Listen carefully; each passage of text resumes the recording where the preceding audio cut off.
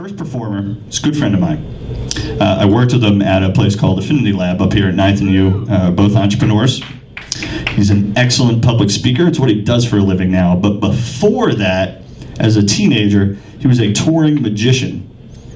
He retired at the age of, 19? Something, that's still a teenager, right? And has not performed magic for either 7 or 9 years. This will be his first performance since then. So please welcome, first performer tonight, Jason Connell.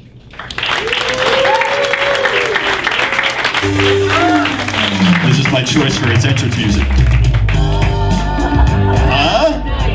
Magician / lady killer.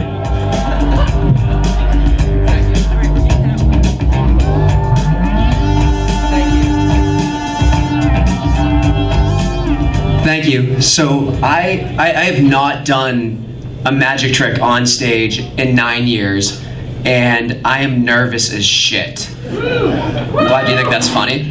Thank you for the woos. If I mess up, I apologize in advance.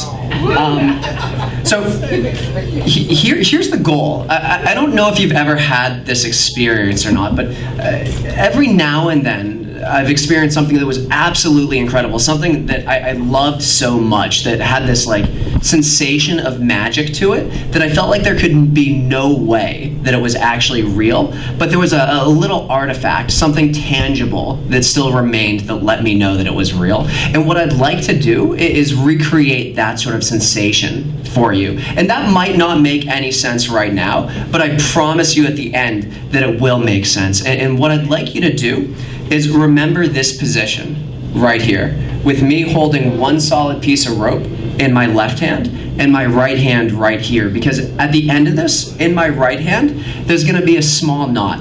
I'm gonna pluck the knot from about 2/3 of the way off the rope, just like that. And that knot is going to be the only indication to you that what you just witnessed was real and not a dream. So with that in mind, I want to get started, and this is going to take place in 2 phases. Out of curiosity, was anyone here a magician when they were a kid, or anyone into magic or anything like that? A couple people? Oh, right on. So what I want to do is a version of a very famous trick called Professor's Nightmare. And are you guys familiar with that? The people that were, no, okay, doesn't matter.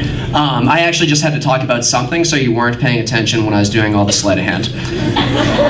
Thank you for not noticing. So what we need for this are 3 pieces of rope: a short piece, a medium piece, and a long piece.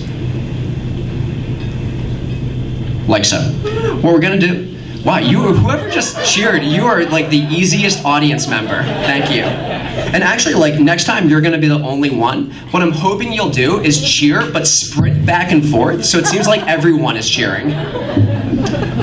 What we need to do are bring up the 3 pieces of rope, like so. And the first phase is the hallucinatory phase. Anyone done a hallucinogenic drug before? You are criminals. And the goal is to sort of create that. Just sort of watch as I shake like that. What happens is the short piece slowly begins to stretch, the long piece begins to shrink, and the medium-sized piece in the middle just kind of tightens up, because they all morph into the same size. Thank you. Yeah, that's a really demure response for people that just witnessed a fucking miracle. Thank you. The second phase is a little bit more complicated, and that's the restoration phase. What I want to do is take these 3 ropes, and restore them. Sorry, let me untangle that. There we go. Because I promised you I was going to come back to where we started. And to restore it, what we've got to do are tie the ropes together and then sort of get rid of the knots. And there's 3 different ways that I know about how we can get rid of knots, and I want to demonstrate all 3. And to make this a little bit easier, let me just clean this up.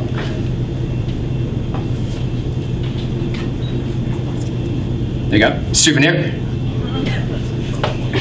Souvenir. Sorry, I don't want to get that in your food.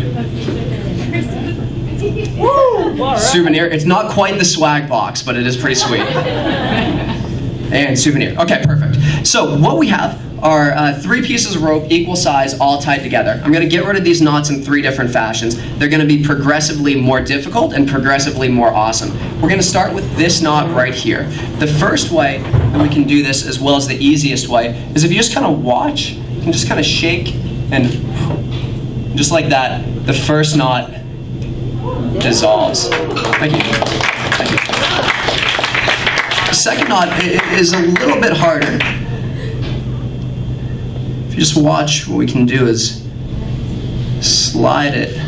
Now keep in mind, with each knot that comes off the rope, we're slowly bringing it closer and closer back to whole.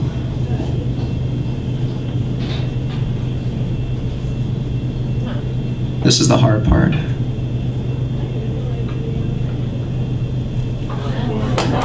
Thank you. Now, thank you. I promised three different ways to get rid of knots.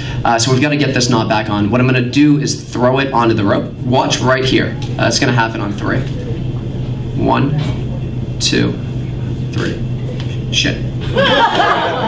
That was not magic. That was lack of rehearsal. All right, on 3. 1, 2, 3.